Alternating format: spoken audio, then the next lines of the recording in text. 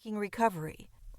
As Mary Beth says, taking charge of her personal recovery helped build her confidence and competence, and she uses that process and technique in all areas of her life. Her memoir will inspire others to take charge of their own recovery and lives too. The stigma associated with addiction prevents the average person from comprehending that women who were once severely addicted can recover and go on to lead fulfilling and amazing lives. But we do. I often say that if you looked at my LinkedIn profile, you would never suspect that I spent my young adult years doing and dealing drugs. If you looked at Mary Beth's profile, you couldn't imagine that she had dropped out of law school and spent years shooting speed intravenously. But here's the thing. Neither Mary Beth nor I are trying to hide our past. In fact, the opposite is true. We aren't ashamed of where we have come from, and we purposefully recover out loud to show other women and the world that recovery is possible. Mary Beth has accomplished much in her life and much in her recovery. She believes in the concept of being of service to others in recovery, and her memoir accomplishes that and more. Mary Beth offers up the hard, gritty details of her past in addiction because she understands that sharing our recovery narratives can inspire others to choose recovery too. Our stories have power. Mary Beth shares her story with unflinching honesty, grace, humor, and that most important ingredient for anyone in or seeking recovery, hope. With this book, and through her other efforts, this junkie turned judge, turned advocate, will save lives. Dawn Nickel, co-founder of She Recovers Foundation and author of She Recovers Every Day, Daily Meditations for Women in Recovery. Chapter 1. My First Shot. When I graduated from my New Jersey high school in 1979, I was an honor student and a junkie.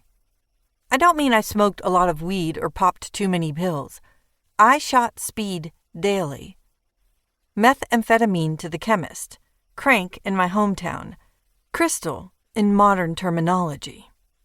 I hit a nerve in my right wrist as I injected before the ceremony.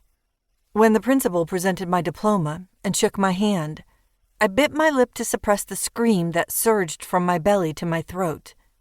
Inside the leatherette cover, one note congratulated me for winning the most scholarship money, but another demanded repayment of $62 from a candy sale, funds I had used to score a gram of meth. My classmates avoided eye contact when I staggered off the stage. They giggled and prodded one another, excited to launch the next chapter in their lives. I slumped in the plastic chair, dread suffocating me as I contemplated flunking out of college. I almost failed last semester, skipping school so often, and UCLA's going to be so much harder. Maybe I'll get lucky and die of an overdose on a dorm floor. I snapped the folio shut. Jesus, is that my best option? How the fuck did I get here? 10 months earlier, after snorting crank for 3 days, I had fallen into the turbulent sleep of an overdue crash. I clawed my way to consciousness, then focused on the clock radio's fluorescent 7:08. "Cindy," I shouted toward my sister's room. "Is it AM or PM?" "God damn it! I'm sleeping! Because it's morning!" I threw off the sheets, struggled to a sitting position, and waited for the dizziness to subside. As I stood, I planted my hand on the bed for balance. Trudging to my mirror, I examined the dark roots setting off my nice and easy blonde hair. Smeared mascara framed bloodshot eyes above sunken cheeks. I held up my hand and watched it shake. Shit, I look like that old drunk at the Silver Fox who spends her days chained to a bar stool. I shuffled to the refrigerator and grappled with the Pepsi tab before I collapsed on the sofa and lit a cigarette. Like every other morning, I snatched my purse from the Formica coffee table and dug for my drug kit. No crank, just a few black beauties.